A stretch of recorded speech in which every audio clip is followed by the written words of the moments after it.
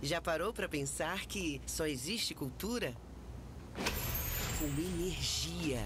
E é por isso que a Petrobras é a maior patrocinadora da cultura brasileira. Se depender da gente, essa energia nunca vai faltar.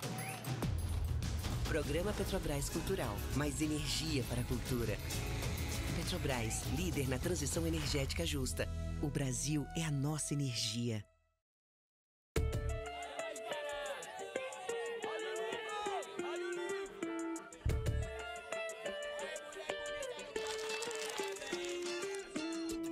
Sejam todos e todas bem-vindos à Feira do Livro 2025.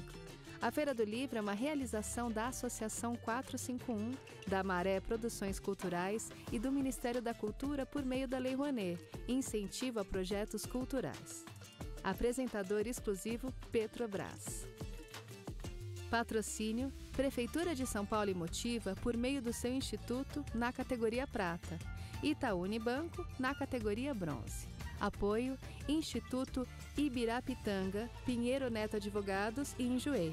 Parceria institucional Mercado Livre Arena Pacaembu, Museu do Futebol e Secretaria da Cultura, Economia e Indústria Criativas do Estado de São Paulo. Secretaria Municipal de Esportes e Lazer, Secretaria Municipal da Pessoa com Deficiência, Biblioteca Mário de Andrade e Livraria da Travessa.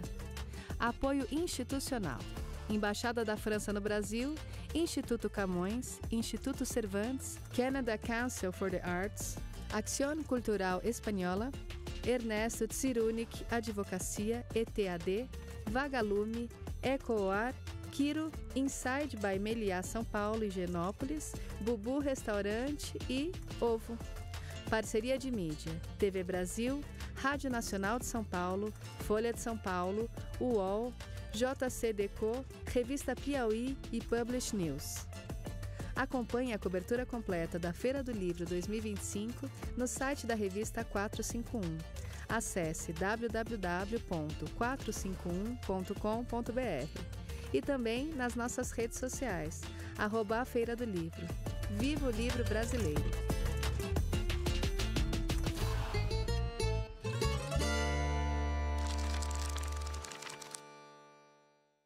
Está aqui se reunindo, praça cheia. Eu queria convidar todo mundo que está por aí pela praça para chegar mais.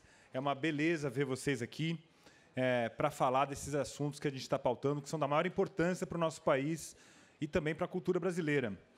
Eu queria fazer primeiro um agradecimento. Através da Lei Rouanet de Cultura do Ministério da Cultura, a Petrobras apresenta a Feira do Livro 2025, que conta com o patrocínio da Prefeitura de São Paulo, da Motiva e do Itaú Unibanco. Agradecemos a todos os patrocinadores dessa edição, especialmente a Petrobras, por acreditarem que, assim como nós, que a cultura move a economia. E a cultura, gente, também é feita de jornalismo, ela é feita de história, e a gente teve hoje aqui 2 grandes encontros entre jornalistas e historiadores para falar da democracia brasileira desses 40 anos, né? E foram grandes professores, essa praça se transformou numa verdadeira sala de aula. E sempre em diálogo, né, a universidade, o jornalismo, o mercado editorial. É disso que se faz o tripé que a gente tem aqui na Feira do Livro. Porque a gente sabe que o jornalismo é essencial para a democracia, assim como a universidade é essencial para a democracia, assim como o mercado editorial, as livrarias, as editoras são fundamentais para a democracia brasileira. Muitas das editoras que estão reunidas aqui ou foram bravas resistentes à ditadura que a gente sofreu, ou foram criadas nesse período democrático. Dá para a gente dizer que a democracia gera editoras, gera livros, e a gente acredita que existe uma correlação entre o tamanho do mercado editorial e a força da democracia. Porque quem sustenta o debate público são as editoras, são as livrarias, que apostam nas novas ideias, apostam nos novos autores e fazem circular as ideias de verdade. É disso que se trata a liberdade de expressão. E é por isso que o autoritarismo sempre mira no livro, né? É das primeiras vítimas em qualquer regime, isso aí não tem dúvida, é sempre o livro que sofre. Nesse caso, nós vamos receber aqui agora uma outra grande professora que é referência para todos nós, que passamos esses últimos 40 anos aqui discutindo esses assuntos. E, por isso, é uma honra muito grande receber aqui no palco da Feira do Livro a professora Marilena Chauí. Eu peço salva de palmas para Marilena Chauí.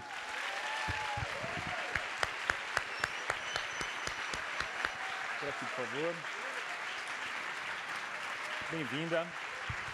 Por favor, me dá aqui.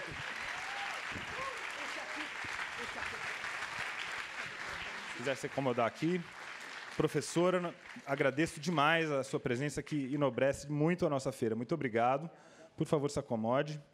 Eu estava falando que nós temos aqui encontros de grandes professores com jornalistas, com grandes jornalistas brasileiros. E a imprensa independente no Brasil hoje é um fator fundamental para a nossa democracia. Eu queria convidar aqui o grande jornalista Fernando de Barros e Silva, do Foro de Teresina. Fernando, seja bem-vindo. Fernando, todo mundo conhece ele do Foro, vai ter até uma sessão especial do Foro aqui na feira, com o Fernando, o Celso Rocha de Barros e a Ana Clara vão estar aqui para falar um pouquinho desse assunto também. Fernando, um grande cabeção, né, Fernando? Como é conhecido na... É, tudo truque. Por isso a gente escalou você. Muito obrigado pela presença para entrevistar a nossa querida professora. Muito obrigado, Fernando. Estamos nas suas mãos. É isso, gente. Depois a professora vai autografar os livros ali na Livraria dos Autores, na Livraria da Travessa. Muito obrigado, professora. Até logo, hein? Obrigado. Só um minutinho. Boa tarde, gente. É um prazer estar aqui. Agradecer, em primeiro lugar, a professora Marilena Chauí. É uma honra para mim estar aqui ao lado dela. Agradecer a vocês, agradecer a feira, agradecer a Boitempo, que é a editora dela. Enfim, vamos conversar. Eu estou pelado aqui porque eu fui imprimir o meu roteiro e minha impressora estava quebrada. O Paulo falou que ia imprimir para mim, mas eu vou no improviso. Acho que os deuses queriam que eu fosse no improviso. É desnecessário apresentar a Marilena Chauí, mas nós vamos apresentá-la mesmo assim. É uma das maiores pensadoras do Brasil, e eu pensei, quando fui fazer o esboço de apresentação, em 3 dimensões ou 3 frentes do trabalho dela. Primeiro, o trabalho como comentadora, especialista, que é uma palavra que ela não gosta, de grandes nomes da história da filosofia, o Merleau-Ponty, sobre quem ela fez o mestrado, escreveu vários ensaios e tem um livro publicado que é A Experiência do Pensamento, pela Martins Fontes. Se eu errar, a senhora me corrige. O Spinoza, que é o grande filósofo da vida dela, ou sobre quem ela dedicou mais tempo, acredito, sobre quem ela escreveu vários livros, entre eles o principal, A Nervura do Real, em 2 tomos. O primeiro tomo sobre a imanência, o segundo tomo sobre a liberdade. O livro chama Imanência e Liberdade em Spinoza. São, junto com o terceiro livrinho, que tem as notas bibliográficas e as notas e as indicações bibliográficas, são 2.000 páginas de Spinoza. Além desse trabalho, a Marilena Chauí fez vários livros de divulgação, no melhor sentido, da filosofia, ou de convite ao acesso de um público leigo para a filosofia. Ela é autora de 3 volumes da história da filosofia, 3 volumes que saíram pela Companhia das Letras, o mais recente, agora em 23, se eu não me engano, sobre a patrística, o nascimento da filosofia cristã, e está no horizonte um 4º volume, né, professora, sobre a filosofia moderna.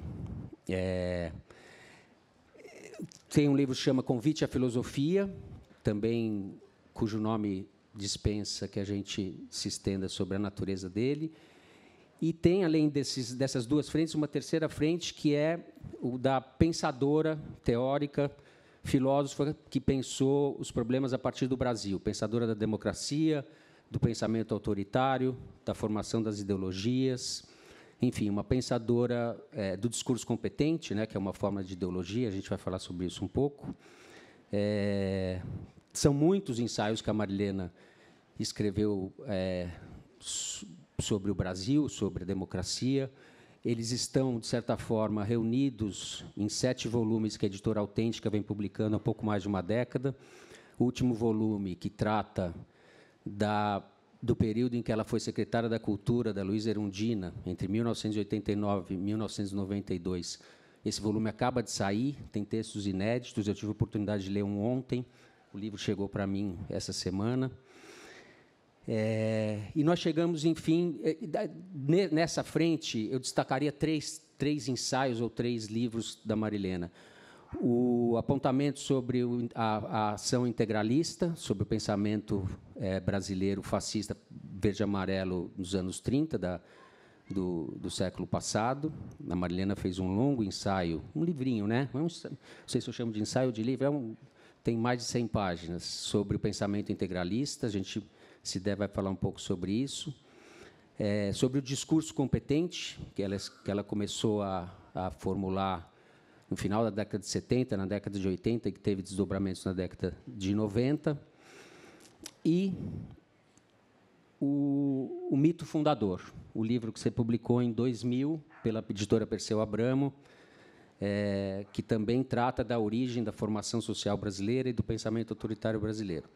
Por fim, chegamos ao nosso assunto central de hoje, que é esse livrinho que eu acho que conjuga tanto um pensamento, uma intenção de pensar a política contemporânea, como uma preocupação em dar acesso ou abrir alguma porta para quem está começando a se interessar pelos assuntos filosóficos, que é o livro O que é a Ideologia, que foi publicado originalmente em 1980, dentro da coleção Primeiros Passos, da Brasiliense. É uma coleção que fui ver na internet esses dias, tem mais de 340 títulos. O da Marilena, casualmente, porque acho que o PT estava sendo a número 13, é o título 13 da coleção, é o livro mais vendido da coleção. São mais de 100 mil exemplares, mais de 50 edições. É um fenômeno editorial, não só editorial, é um pequeno milagre esse livro. E agora ele está sendo relançado com algumas modificações e acréscimos. Tem 2 capítulos que não constavam do original. Então, eu acho, professora, que a gente poderia começar, como isso faz bastante tempo e as circunstâncias dessa coleção e do nascimento do livro são interessantes, como surgiu a ideia de escrever esse livro, qual era o ambiente que a senhora encontrou, o que significou na sua obra, naquele momento, fazer esse livrinho sobre a ideologia. Bom, antes de responder, eu queria dizer boa tarde. Ai, meu Deus, a todos vocês. É muita gente. Eu estou de coração batendo, acelerado, com vontade de abraçar todos vocês e de agradecer muito terem vindo aqui, numa cidade difícil como São Paulo, num frio como esse, cheio de garoa. Então, muito, muito, muito obrigada pela presença de vocês. E tem tudo a ver com o motivo de eu ter escrito esse livrinho. Então, eu vou responder a primeira questão do Fernando dizendo o seguinte.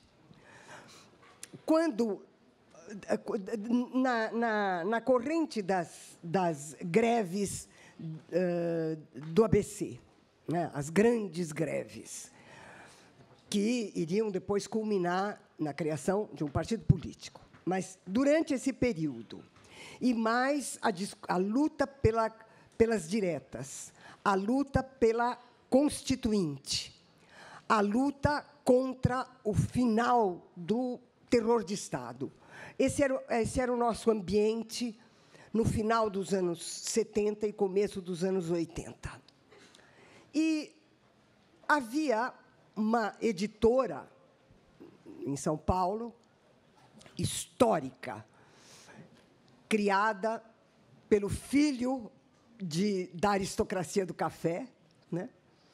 Caio Prado Júnior, que escreveu uma obra importantíssima sobre a formação política e econômica do Brasil, e ele criou uma editora, a Editora Brasiliense.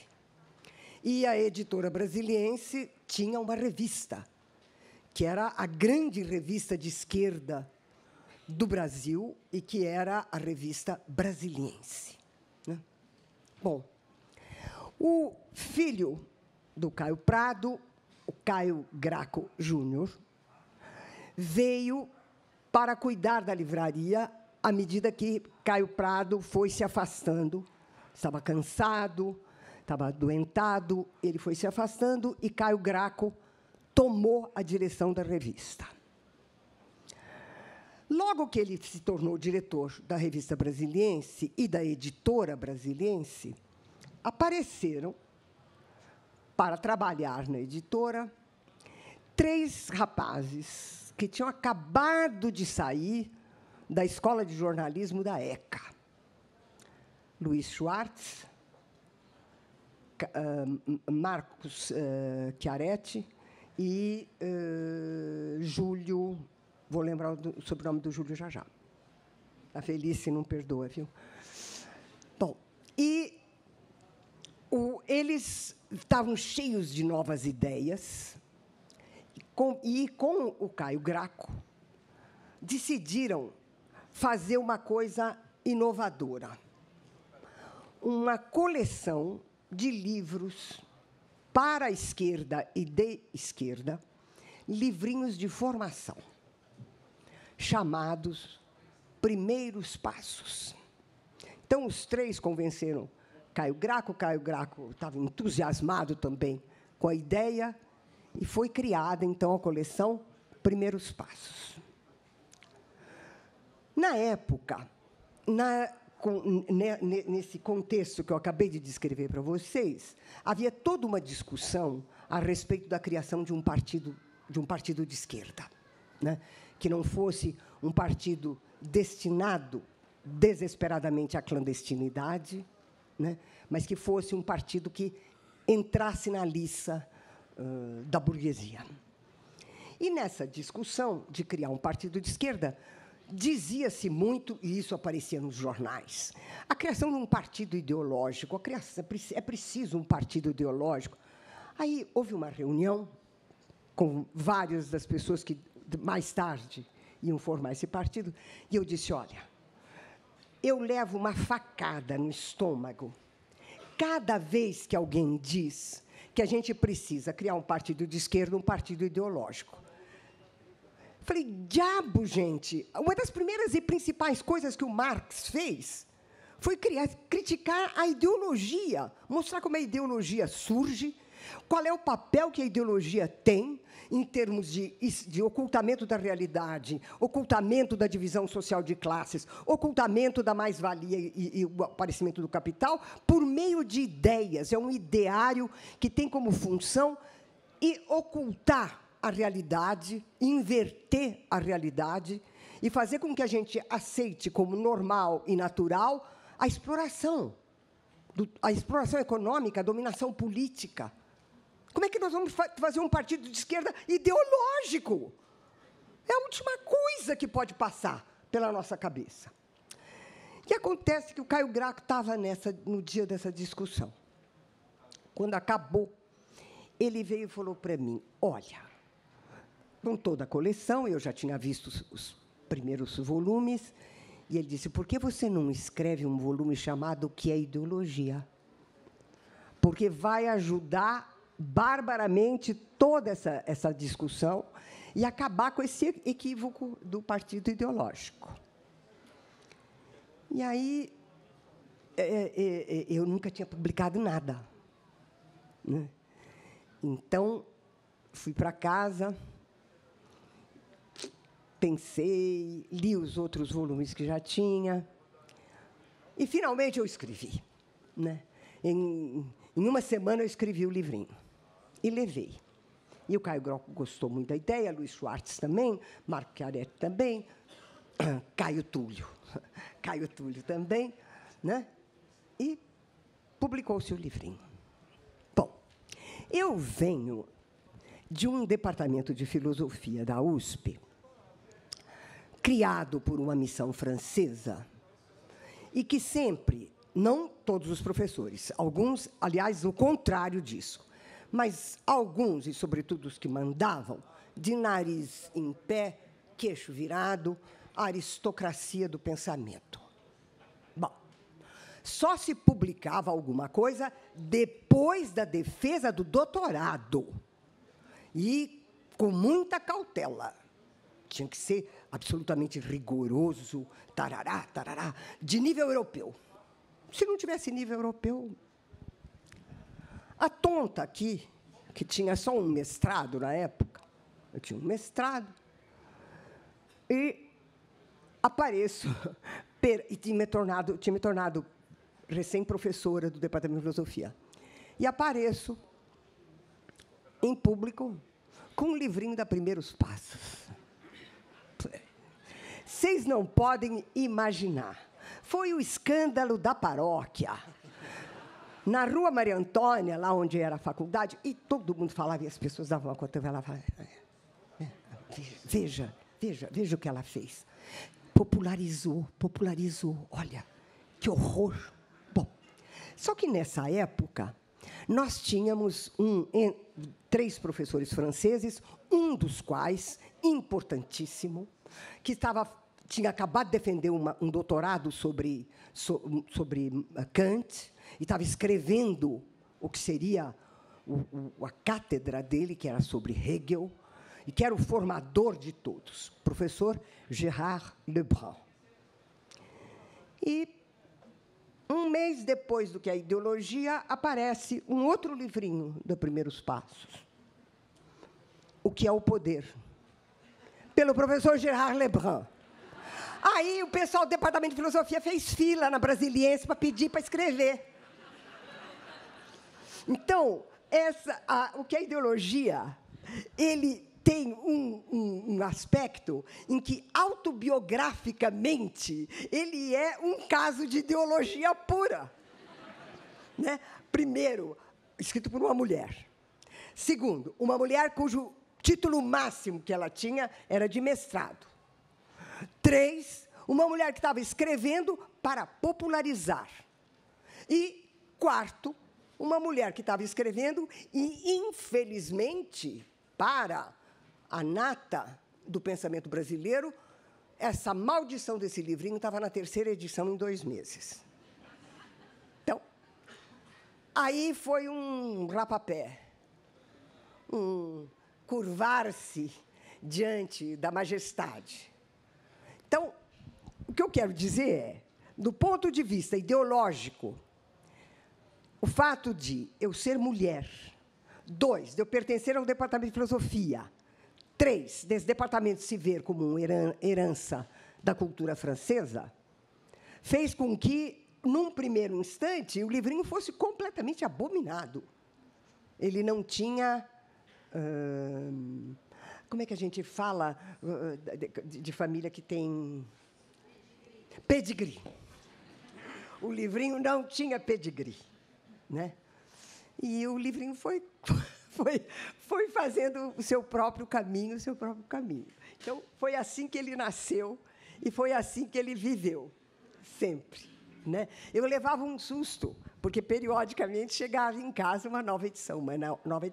Da parte que eu conheço, porque depois aconteceu aí uma coisa da qual eu não vou falar, mas, da parte que eu conheço, o livrinho teve mais de 50 edições. Né? E uma tiragem grande. E foi por causa disso que, quando eles criaram... quando eles criaram a Segundos Passos, né, me pediram para escrever sobre a repressão sexual. Né? Que era porque eu tinha feito uma conferência numa SBPC sobre o corpo próprio na filosofia de Merleau-Ponty, e o Caio Graco ficou encantado e disse, com esse conhecimento do corpo próprio, você bem que podia fazer sobre a repressão sexual. E foi aí que surgiu, nos Segundos Passos, a repressão sexual. Agora, esse livrinho... Primeiros Passos ou Segundos Passos, só está falando... Porque esse livro da repressão sexual era para estar na coleção Primeiros Passos, saiu da coleção pelo tamanho. A senhora acabou fazendo grande, um artigo, um texto, um livro maior do que... Você sabe das coisas melhor do que eu. Imagina. Imagina, professora. É verdade. Eu fiz uma lição de casa mínima para estar aqui, porque é muita cara de pau estar aqui já. Então, é verdade, é isso mesmo. isso mesmo. Ficou muito grande. Esse livro é de 84, se eu não me engano. Isso mesmo, exatamente. A repressão sexual é essa nossa desconhecida. Exatamente, né? Bom, agora, nessa edição, eu fiz acréscimos, porque eu passei a trabalhar duas questões importantes. A primeira é como é que é a formação ideológica no neoliberalismo, em que ela difere da forma tradicional do capitalismo liberal, né? Então, no neoliberalismo. Então, a nova forma que assume, eu não sei, talvez você vá me fazer perguntas sobre isso, então eu não vou adiantar nada, porque eu posso contar um pouco das coisas que me preocuparam para fazer isso. E a outra questão foi a maneira pela qual, justamente nessa profunda mudança da economia, o lugar que a ciência passou a ocupar. Ela deixou de ser o lugar que formulava pensamentos a partir dos quais uma prática técnica e tecnológica era possível, se fundava nisso. Ela deixou de ser isso para se tornar ela própria uma força produtiva, né? Parte constitutiva do capital. E o tipo de ideologia que vem a partir daí, e que eu chamei de a ideologia da competência ou a ideia do discurso competente, e que está aqui de uma maneira breve. E eu não vou me adiantar sobre isso para deixar o Fernando falar vamos falar disso. Perguntar. Imagina, antes desses dois capítulos, que são os capítulos finais, eu queria voltar ao capítulo central da primeira edição do livro, que está nessa edição também, que é o capítulo sobre a concepção marxista, chama assim, né? A concepção marxista de ideologia. Antes, professor, eu queria falar que esse livrinho ele foi muito importante para muita gente. Eu li esse livro, chamava colegial na época, agora ensino médio, no Colégio Santa Cruz, e a gente leu o seu livro no 2º ano do colegial e fez prova sobre o livro. Então, era um livro, e isso foi decisivo para que eu prestasse filosofia 2 anos depois. Então, esse é um livro que teve muitas funções, enfim, ele era realmente um acontecimento. E eu acho que o livro, antes de entrar na pergunta, ele é um exemplo de uma das suas grandes qualidades, eu não quero deixar de fazer esse registro aqui, que é a de traduzir ideias muito complexas em termos acessíveis, sem baratear as ideias. Pelo contrário, mostrando o quanto elas são complexas. Eu acho que tem uma clareza de pensamento que significa, ao mesmo tempo, amor pela reflexão, pelas ideias, e respeito pelo público leitor ou público espectador, ouvinte. E esse traço, acho que isso é um traço de quem tem gosto pela docência. E eu sei que a senhora gosta de ser chamada de professora, e eu identificaria, por exemplo, para citar outro nome da tradição uspiana, o Antônio Cândido, que foi um dos maiores professores de todos. A senhora também é uma grande professora, né? E eu acho que isso, de todas as coisas que a senhora fez, a senhora preza muito isso. Estou enganado? Não. Não. Está certíssimo. Eu me considero professora.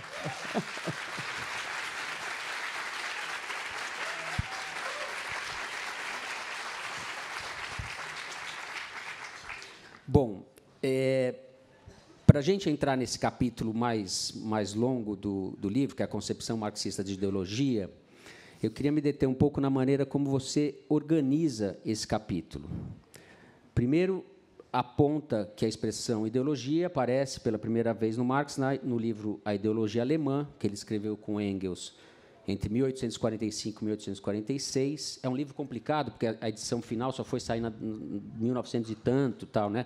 É um livro sobre... E a Boitempo fez uma edição extraordinária desse livro, contando toda essa história das versões do livro. Esse livro, A Ideologia Alemã, tem como subtítulo Crítica da mais recente filosofia alemã em seus representantes Feuerbach, Bruno Bauer e Max Stirner, e do socialismo alemão em seus diferentes profetas.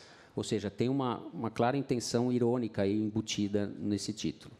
Mas, em vez da senhora começar pela ideologia alemã, depois de falar disso, a senhora volta a Hegel, diz que é impossível entender Marx sem entender Hegel, nos dá uma aula sobre o pensamento hegeliano e sobre a dialética, e, depois de 10 ou 12 páginas, chega de novo ao Marx, mas não pela ideologia alemã, e sim pela crítica da economia política e pelo Capital, que são livros posteriores do Marx. Eu posso até citar, eu anotei aqui um parágrafo do livro. A senhora diz o seguinte: da concepção hegeliana, Marx conserva o conceito de dialética como um movimento interno de produção da realidade cujo motor é a contradição. Porém, Marx demonstra que a contradição não é a do espírito consigo mesmo, em sua face subjetiva e em sua face objetiva, entre sua exteriorização em obras e a sua interiorização em ideias. A contradição se estabelece entre seres humanos reais, em condições históricas e sociais reais, e se chama luta de classes. Aqui a senhora entra com o Marx, e por essa pista entra na análise da mercadoria, que é por onde o Marx começa a análise crítica do Capital. E chega daí ao Marx do fetichismo da mercadoria, que é um dos pontos altos da reflexão do Marx e um dos pontos altos do seu livro. Eu poderia até ler, mas eu queria entender por que a senhora organizou, porque não é trivial isso, por que a senhora organizou um livro sobre a ideologia, partindo não propriamente da ideologia, mas da mercadoria e da crítica do Capital. A minha ideia era a seguinte: introduzir a noção de luta de classes como o elemento que organiza a produção da ideologia, tinha que me fazer explicar primeiro a gênese da luta de classes, né?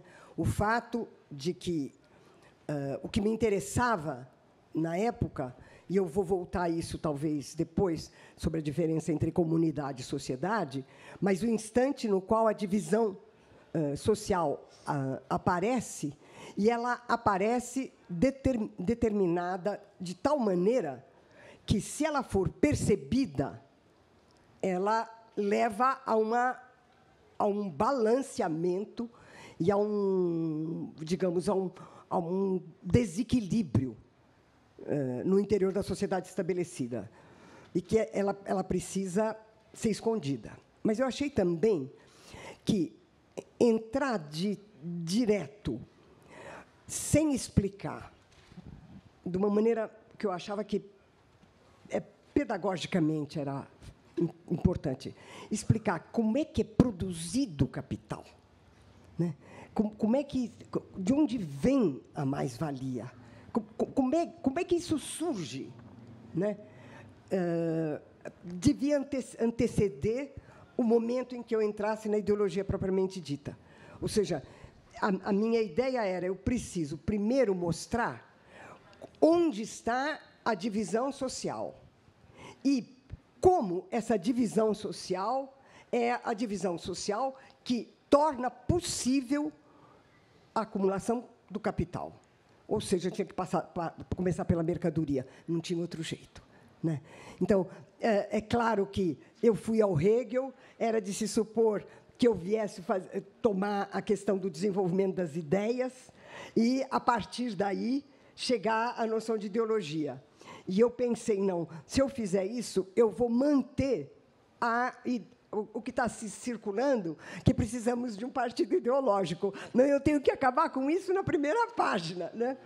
E, então, a montagem foi feita de maneira que se visse, no primeiro instante, como se dá a formação da mercadoria e como o processo da mercadoria é ocultado na relação salarial, né? Porque o salário é colocado como ocultamento da produção da mais-valia, e esse primeiro ocultamento precisa ser mantido de tal maneira que os trabalhadores não percebam que isso está acontecendo, né? Que a sociedade não perceba que não tem divisão social do trabalho e o trabalho pago no seu justo preço, a ideia de salário justo. Então, a ideia era mostrar nunca haverá salário justo.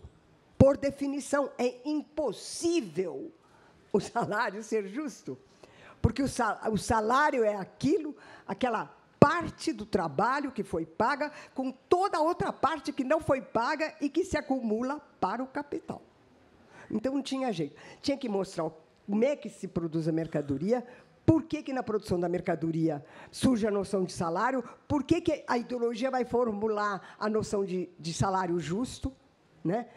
A primeira coisa que ela formula, a de contrato social e a de salário justo. Você tem que começar por aí, dizer, não, vamos ver como é que a mercadoria é produzida, vamos ver como é que a economia funciona. Ou seja, vamos levar a sério quando Marx diz é preciso começar pela economia, vamos começar por lá, então.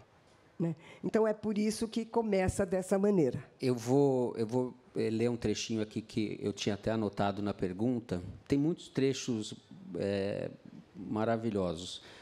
Seguindo o que a senhora disse, diz assim: e como o dinheiro também é uma mercadoria, aquela mercadoria que serve para estabelecer um equivalente geral para todas as outras mercadorias, tem início uma relação fantástica das mercadorias umas com as outras. A mercadoria R$5 se relaciona com a mercadoria sabonete. A mercadoria R$1.000 se relaciona com a mercadoria menino que faz pacotes. As coisas, mercadorias, começam, pois, a relacionarem-se umas com as outras, como se fossem sujeitos sociais dotados de vida própria. Eu pulo um pouco, isso, as mercadorias dotadas de vida própria é a chave para o fetichismo. A senhora fala, o primeiro momento do fetichismo é esse, a mercadoria é um fetiche. Eu vou continuar aqui, desculpa, porque é interessante continuar aqui. Dotada de vida própria. Um apartamento estilo mediterrâneo vale um modo de viver. Um cigarro vale um estilo de viver. Um automóvel 0 km vale um jeito de viver. Uma bebida vale a alegria de viver. Uma calça vale uma vida jovem. E daí a senhora fala, o primeiro momento do fetichismo é esse. A mercadoria é um fetiche, no sentido religioso da palavra, uma coisa que existe em si e por si.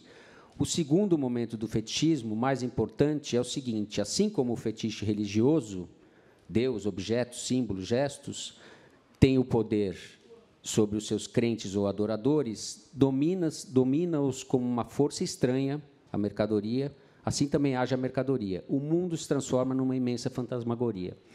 Ou seja, a ideia de que o sujeito no capitalismo é o capital, né? É a mercadoria que se valoriza e as pessoas são triggers ou suportes do capital. Isso que e a senhora, enfim, consegue traduzir isso de maneira muito impressionante mesmo. E hoje, quando a gente está, enfim, a gente pode chegar um pouco no falar do presente, mas que a gente está vivendo nesse mundo das redes sociais, em que o capital atravessa a vida das pessoas, não é nem full time, inclusive durante o sono, para falar como Jonathan Crary, que escreveu aquele livro 24/7, a gente está dormindo e está sendo consumidor, né? A gente está atravessado, todas as esferas da existência estão atravessadas pela mercadoria. Bastaria isso para apontar a relevância do pensamento do Marx hoje, né?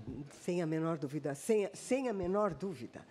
A suposição de que houve um período em que se falava muito no fim das ideologias. Primeiro que punha no plural, né, as ideologias, como se houvesse várias, né, as ideologias, e o fim delas.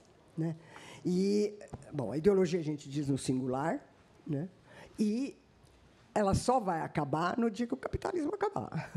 Enquanto o capitalismo estiver aí, a ideologia vem firme. E, sobretudo, eu dei fiz muita ênfase no fetichismo, porque ele é uma coisa assim, ele é de uma evidência, né, tão brutal, ele bate na gente, que eu considerei que a melhor maneira de chegar ao fetichismo era mostrando como é que a gente vive fetichistamente. Né? Então, era o tempo de um cigarro chamado Marlboro. né, e o Marlboro, você leva uma outra vida. Ou tinha a propaganda da Brastemp, e as pessoas diziam, claro, claro, não é nenhuma Brastemp. Ou então a Consul, né, a geladeira Consul. Vinha a criança, a mãe dizia, põe na Consul. Vinha não sei quem, põe na Consul. Põe na Consul. Tudo você põe na Consul. Então, eu analisei o que significa pôr tudo na Consul. Quem é a Consul? Né? E por que você põe tudo nela? Né?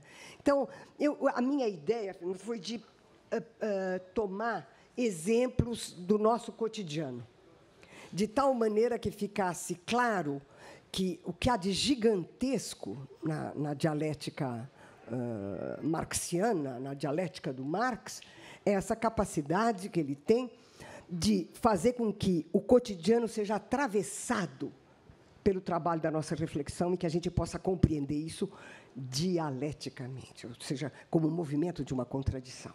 Né? Então, eu sei, eu comecei pela mercadoria e pelo fetichismo da mercadoria, porque, na minha interpretação, eu acho que é o que pega mais a gente, sabe? Te pega pelo estômago, te pega pelo... Sabe, quando você vai até o fim da questão do fetichismo e das ilusões. Né? Então, teve muito isso. A ideia, ao fazer o livrinho, era de trazer sempre aquilo que era a nossa vida cotidiana na época. Né? O que é que estava na propaganda, o que é que estava no cinema, o que é que estava nos teatros, o que é que estava na música. Trazer isso para esmiuçar a noção de ideologia. Aqui, ó. Tudo isso está aqui dentro. Nós vamos falar disso já, eu espero. Vamos. Deixa eu fazer uma pergunta, uma curiosidade minha, não sei se vai fazer sentido. Como eu disse, a referência fundamental do seu livro é o pensamento de Marx. Mas tem outro autor importante e caro a você que também pensou a ideologia, não em desacordo com o pensamento de Marx, mas eu não sei se a palavra aqui é certa, mas ampliando a sua compreensão, ou deslocando. Eu estou falando do Claude Lefort, para quem a ideologia é um discurso que mascara a divisão social, de todo tipo, não necessariamente fundada nas relações de produção. Daí, eu tenho até medo de falar dessas coisas com a senhora, para você corrigido aqui. Mas o Lefort diz que toda comunidade política é dividida e que a ideologia é o discurso que dissimula o fato irreparável da divisão. Esse raciocínio está no cerne do grande livro dele sobre Maquiavel, O Trabalho da Obra, que é uma referência muito importante para o seu trabalho, sobre o Spinoza, mas não só. Ou seja, o conflito é estruturante da vida política e ele não pode ser superado a não ser pelo risco de se matar a própria política ou de sucumbir à ideologia.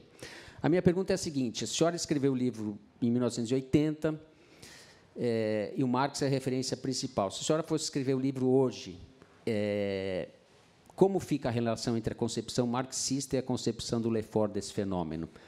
Marlene Chauí seria mais marxista ou mais lefortiana? Ou não faz essa uma falsa questão?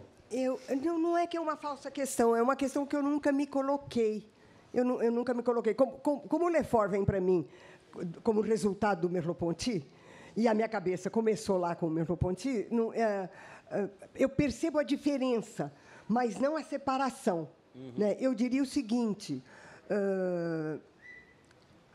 O que interessa mais para o Marx é a maneira como a contradição opera de modo a ocultar-se a si própria. Enquanto que o que interessa mais para o Lefort é como é que você tem uma divisão no interior da sociedade, e essa divisão que ele não nomeia economicamente, esse é que é o problema. Mas ele diz, essa divisão social é ela que é ocultada pela ideologia. Então, eu trabalhei com os dois. Eu sei que o próprio Lefort se afasta em muitos pontos a respeito com relação ao Marx. Eu traduzi um trabalho dele, um dos primeiros trabalhos dele sobre ideologia, em que justamente ele mostra... A invenção democrática, isso, que saiu pela Brasiliense também nessa época. E a diferença que ele próprio estabelece com relação ao Marx. Eu entendo que ele pusesse essa barreira. Eu não coloco, eu não vejo dessa maneira. Eu acho que... É claro que você pode dizer, não, o pensamento do Lefort não é um pensamento tão dialético quanto é o pensamento do Marx, que o pensamento do Marx é dialética pura. Eu entendo, eu concordo com isso. Só que eu acho que a maneira pela qual o Lefort enfrenta a questão da divisão, né? Ele pensa a divisão da palavra, a divisão do pensamento, a divisão da sociedade. Ele trabalha sempre com a divisão. Faz com que ele não pense em termos hegelo-marxistas de uma divisão que, sendo uma contradição, vai ser superada. Ele mantém a divisão como constitutiva. Então, eu diria, a grande diferença entre eles é o fato de que, em Marx, você tem um movimento de autodestruição da divisão. E no Lefort, você tem a alimentação da divisão. O Lefort quer a divisão, ele gosta da divisão, ele trabalha com a divisão, né? Uma das coisas, por exemplo, ele diz qual é a diferença entre o escritor e o leitor. Estou falando do Lefort agora. Qual é a diferença entre o escritor e o leitor? Ele diz, bom, o que o escritor enfrenta? O escritor enfrenta o caráter obscuro, complicado, sem evidência da experiência vivida, do presente, da experiência presente na qual ele está imerso. E ele vai fazer um esforço, um trabalho do pensamento para transformar essa experiência ignorante de si própria numa experiência que se sabe a si mesma, né? E é nesse esforço de fazer passar do não saber ao saber que a obra nasce. E ele fala, isso é o trabalho da obra. Só que ele diz, uma vez a obra constituída, ela vai ter um leitor. Então, a divisão que havia no escritor entre a experiência e a ideia, e que o leva a escrever, para superar essa divisão, ela ressurge no momento da leitura. Porque, se o leitor achar que ele se identifica com o escritor, a leitura acabou. É preciso que o leitor se considere diferente do escritor. E que o trabalho de ler seja diferente do trabalho de escrever, né? Ou seja, hegelo-marxista diria, no trabalho da escrita vai ser produzido, como a sua negação, a leitura, cuja negação é uma nova escrita, né? E o Lefort não vai até lá. O Lefort fica com a divisão e a diferença, né? Então, eu diria que, em instante nenhum, eu apago essa distância entre o Marx e o Lefort. O que há é, no Lefort, você fica com a divisão e vamos ver como é que se faz. E no Marx, você tem a esperança de que você vai destruir isso. E que um outro mundo é possível, né? Então, eu vejo a diferença por aí, de alguém que... a diferença entre um pensador trágico, que é o Lefort, né, e um pensador dialético, que é o Marx, né? E o pensador trágico... A senhora falou isso... Desculpa. A senhora falou isso e tem... Eu li ontem, na verdade, nesse livro sobre a sua experiência na Secretaria de Cultura de São Paulo, uma palestra que a senhora fez num ciclo de conferências dedicado ao Lefort em Paris, em 1992. Eu não conhecia esse texto. Chama Contribuição Teórica de Lefort à Instituição da Democracia no Brasil. E a senhora fala exatamente isso. Eu vou me permitir ler aqui um pedacinho. Lefort é um pensador trágico. Uso essa expressão por falta de outra melhor. Pensador da divisão e da diferença originária, da indeterminação como trabalho infinito da divisão.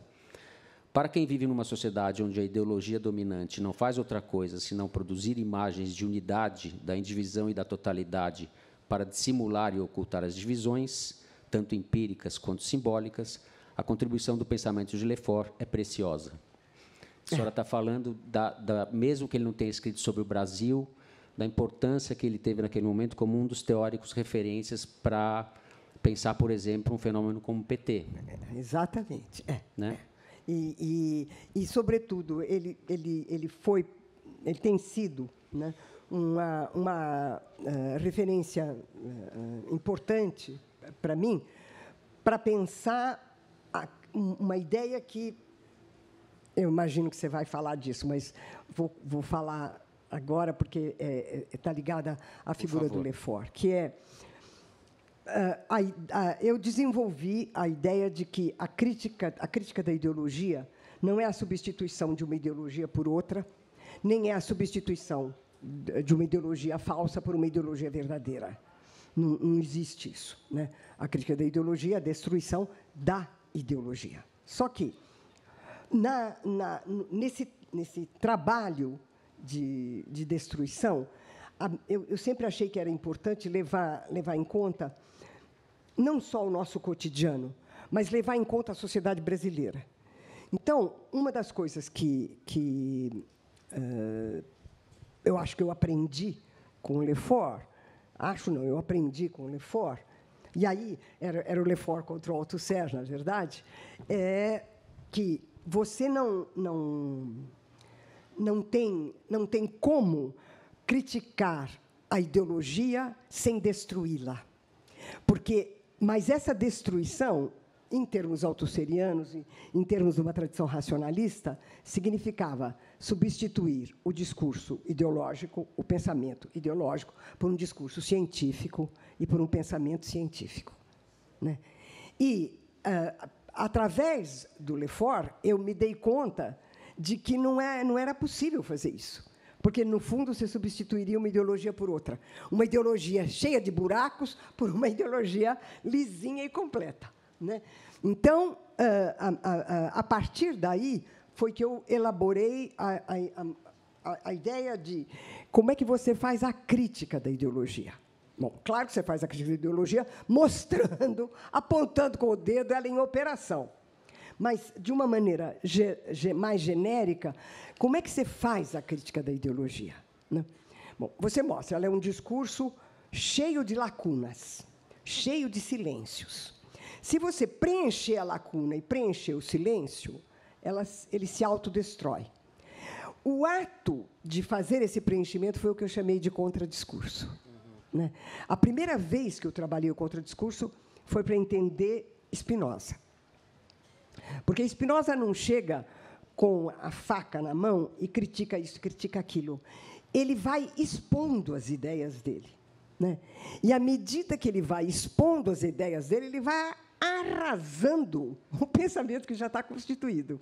Ou seja, ele não precisa se colocar de frente com outros filósofos, outros pensadores, e dizer, eu penso assim, por isso... Ele nunca faz isso. Ele vai colocando os conceitos dele de tal maneira que a simples presença dos conceitos dele opera como um contradiscurso que destrói os discursos contra os quais ele está. Um exemplo simplinho, que é imenso.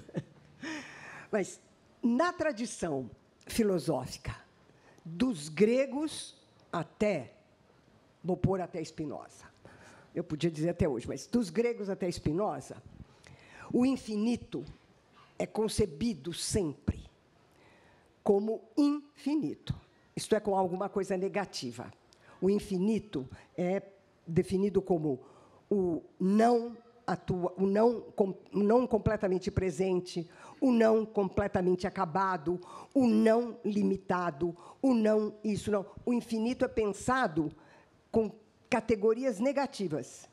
É o não limitado, o não terminado, o não potenciado. Ele é isso. Spinoza vai trabalhar com a noção de infinito atual. Então, todos esses elementos não entram. Mas ele não escreve, ele não abre o seu livro principal, A Ética, com uma crítica à noção tradicional do infinito como aquilo que é negativo. O infinito é negativo. É o que não tem começo, o que não tem fim, o que não tem tempo, o que não tem espaço. O infinito é o que não tem nada.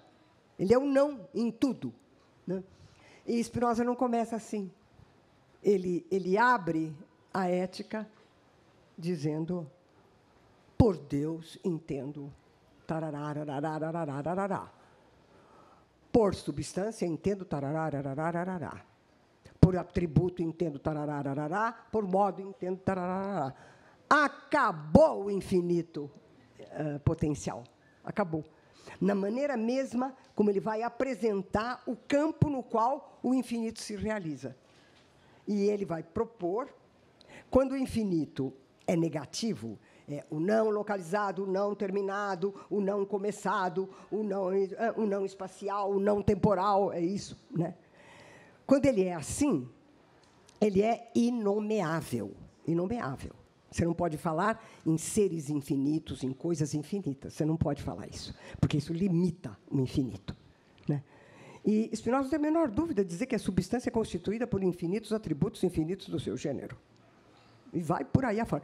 Ele produz um discurso tal que o infinito é imanente a tudo o que existe, porque cada coisa singular, cada um de nós e cada coisa singular é uma expressão determinada do infinito. Nós somos expressões do infinito. O infinito é imanente a nós. Ele apresenta isso de cara, assim. Ele abre a ética num mundo judaico-cristão e arábico, no mundo da transcendência, no mundo da teologia e das igrejas. Ele, com a maior tranquilidade, por Deus entendo ser constituído por infinitos atributos infinitos no seu gênero. Ponto, parágrafo. E depois, por modo, entendo as expressões finitas, singulares do ser infinito. Ponto, parágrafo. Isso é o contradiscurso. Ou seja, ele não precisa esmiuçar e criticar o outro. Ele apresenta um discurso que, nele mesmo, destrói o outro discurso. Né? Então, eu penso que é isso que a gente faz quando faz crítica de ideologia. Quando a gente faz crítica de ideologia, a gente não substitui um discurso por outro. A gente desmonta por dentro o discurso ideológico. E é, salvo engano, o que a senhora fez com o discurso competente, né? Acho que a gente poderia falar um pouco disso agora. É um contradiscurso. A sua crítica do discurso competente é um contradiscurso e podemos aproveitar também e falar do capítulo sobre o neoliberalismo. São os dois últimos capítulos dessa edição da Boitempo, um capítulo menor sobre o discurso competente e um capítulo um pouco maior sobre a ideologia neoliberal. Queria que a senhora falasse um pouco disso. Eu tenho, como eu sou jornalista, eu posso fazer algumas barbaridades, eu tendo a achar que é o seu acerto de contas com o pensamento tucano. Não é só isso, eu sei. Em parte, Em parte. Porque a ideologia da competência, enfim, isso, claramente, eles não acham que são neoliberais. Enfim, você vai falar com o Fernando Henrique, com o Serra, etc. Não, claro que não.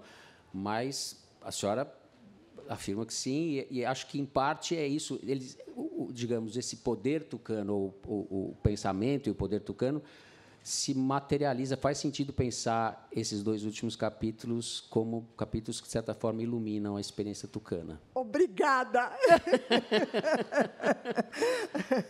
Então, olha, no caso do discurso competente, ele está ligado a duas vertentes de trabalhos que eu vinha fazendo e que depois se juntaram.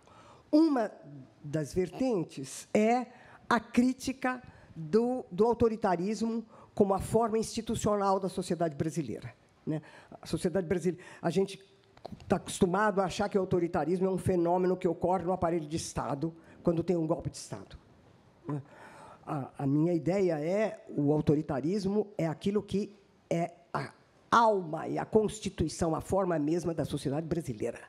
Ela é uma sociedade vertical, violenta, autoritária institucionalmente, cindida entre o privilégio e a carência, e onde todas as relações sempre se estabelecem como alguém que é se julga superior, que manda, e um outro que é colocado como inferior e que tem que obedecer.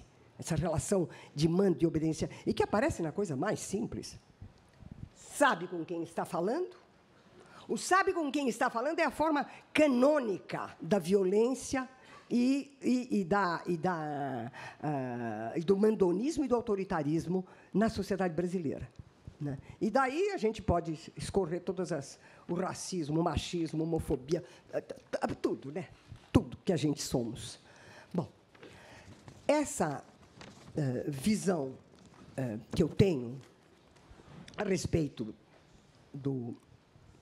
da sociedade brasileira vai ter um resultado, de um lado, a partir do momento em que eu entro na discussão do discurso competente. Até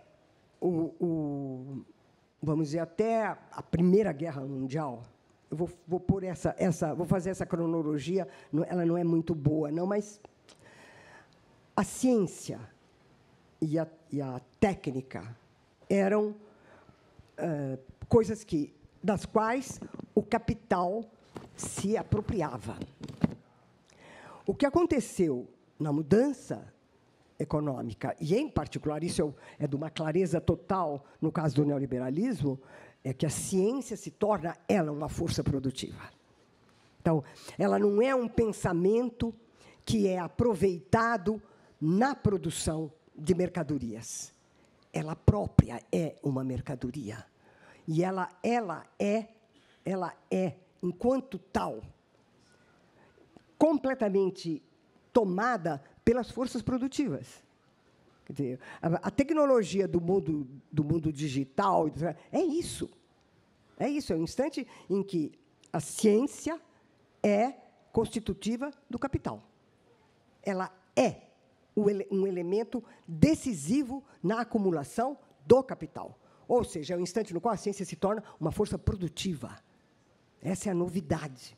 Bom, mas o que acontece? Você tem uma ciência que se torna força produtiva e que manda. Uma sociedade autoritária em que as pessoas são hierarquizadas segundo o grau de mando e o grau de obediência. E uma forma da política em que, de um modo geral, os partidos políticos são clubes privados das oligarquias variadas. E como é que uma elite aparece? Como é que aparece a ideia de elite? A ideia de elite aparece no instante em que você diz aquele que é portador desses conhecimentos científicos e desses conhecimentos técnicos está capacitado a governar e a dirigir. Ora, eu considero que o PSDB é a encarnação dessa ideia. É a encarnação dessa ideia de que uma elite cientificamente competente, tecnologicamente competente, deve ter a direção política do Estado. Então, eu não separo nunca a ideia do discurso competente e formas políticas nas quais ele aparece.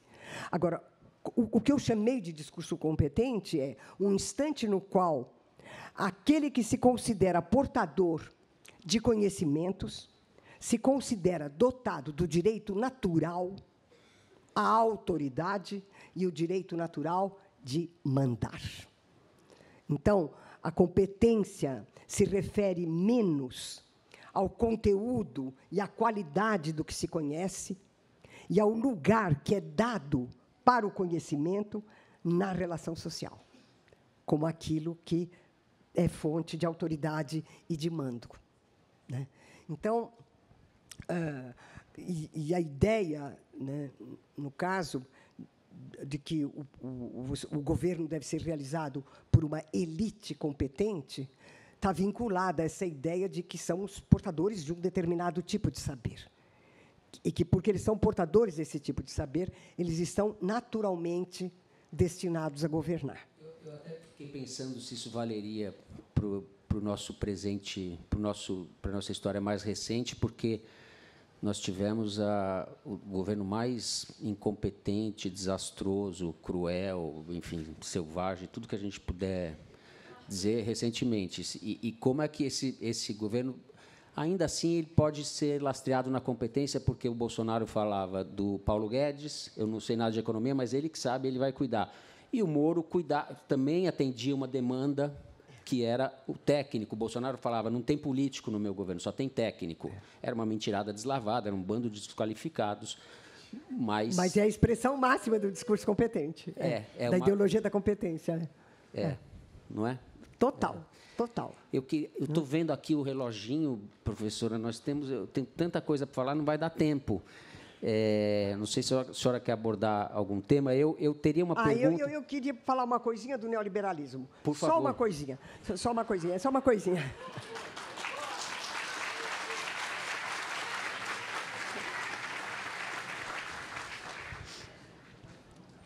Bom,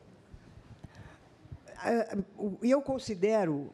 Eu vou começar pela maneira como eu vejo o neoliberalismo e depois o ponto a respeito do qual eu quero falar também aqui. Então, eu considero que o neoliberalismo é totalitário. A gente está acostumado a pensar que o totalitarismo é a existência do grande líder de massa e do partido de massa e da identificação social de todos com o partido e com o líder. O totalitarismo não é isso. Há uma coisa no totalitarismo de que essas formas totalitárias se apropriam. A marca do totalitarismo é que ele torna indiferenciadas todas as esferas da existência humana.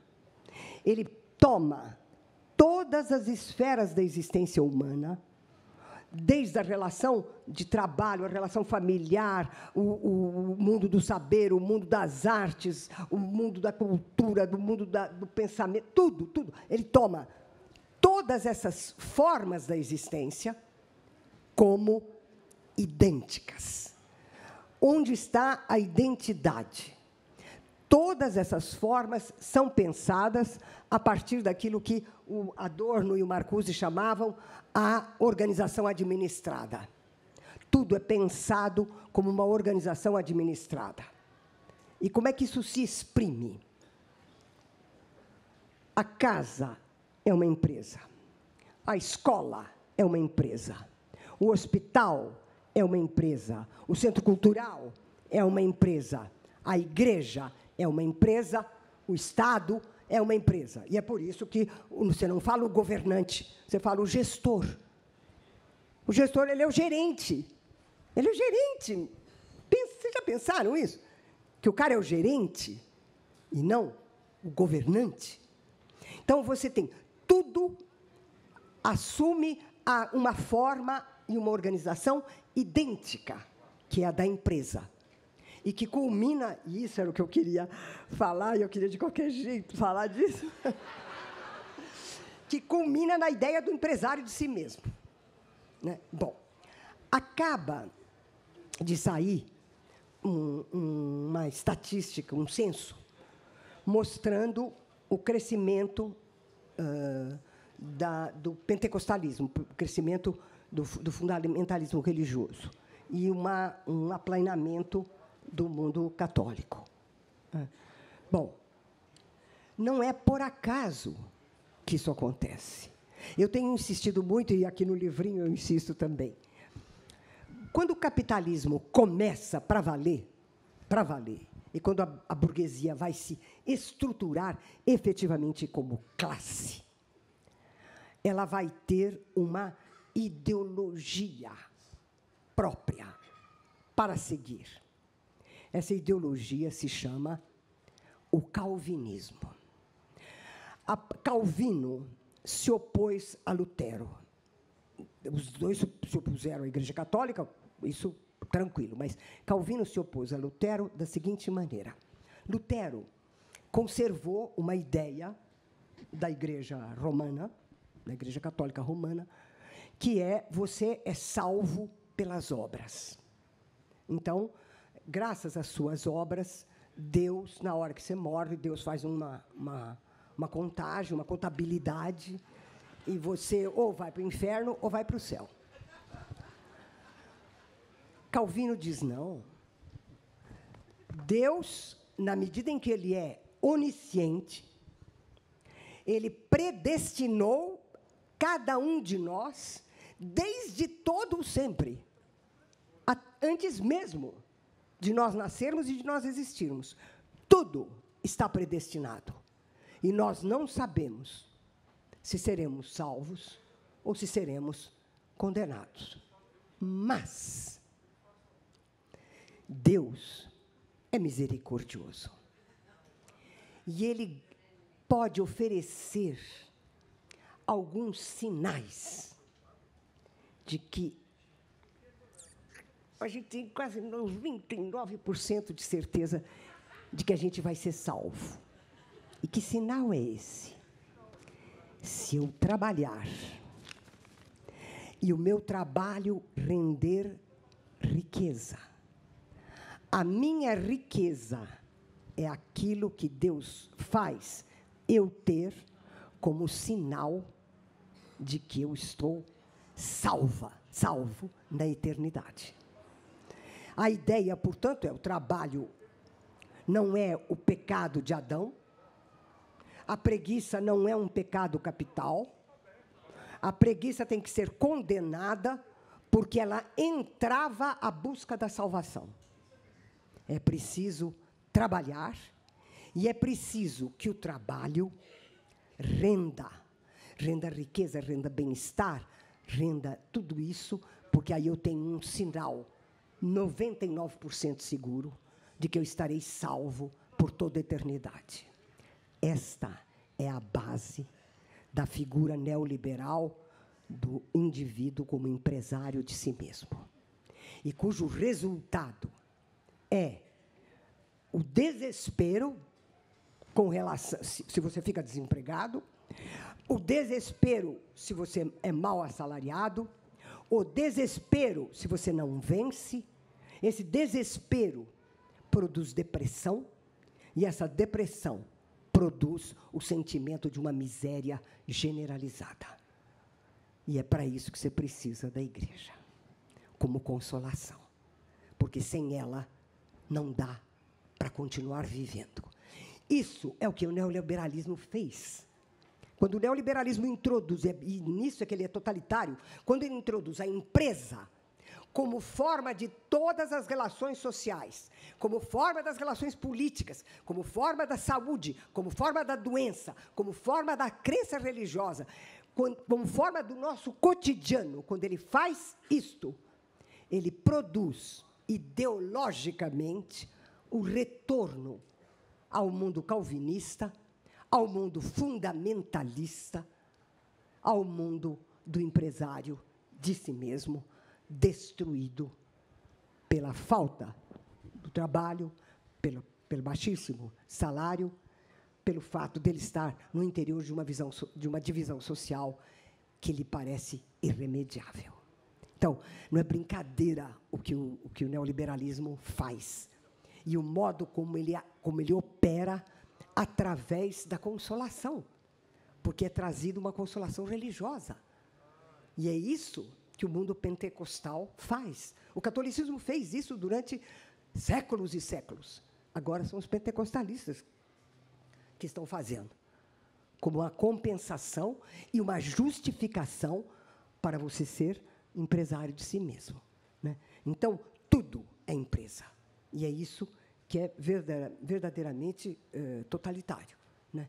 E esse aspecto, eu só quero tomar agora para concluir, porque eu quero que você fale. Eu falei feito não sei o quê. É a questão. Ainda bem que a senhora falou. Eu agora vou fazer a questão desse objeto aqui.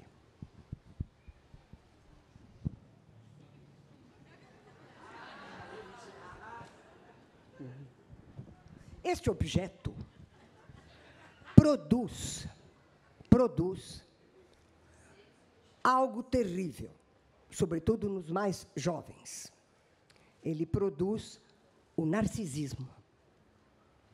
Porque, para os mais jovens, existir é ser visto. Se eu não sou visto, eu não existo. E, portanto, eu existo na imagem, como imagem, para a imagem. E os outros assim também. Ora, isto aqui é a forma máxima do narcisismo.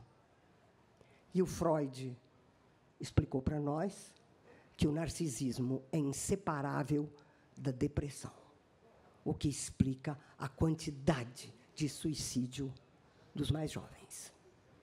Eu queria terminar para o alto, mas acho que no neoliberalismo não tem jeito de terminar para o alto.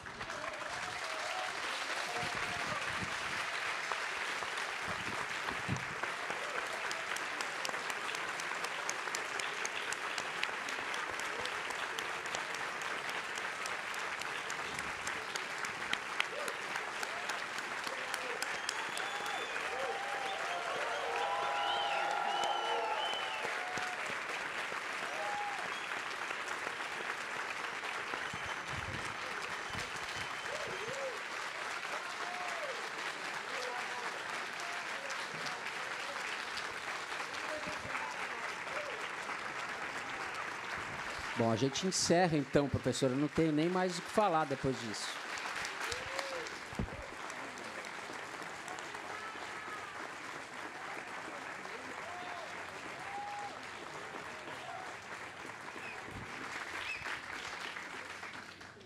Gente, então, eu quero agradecer. A gente estourou o tempo um pouquinho. Quero agradecer muito a presença de vocês. Tinha mais meia dúzia de perguntas. E a gente ficaria ouvindo a Marilena aqui até às 10 da noite, mas não... Muito obrigado, professora Marilena Chauí, muito obrigado pela presença de vocês todos.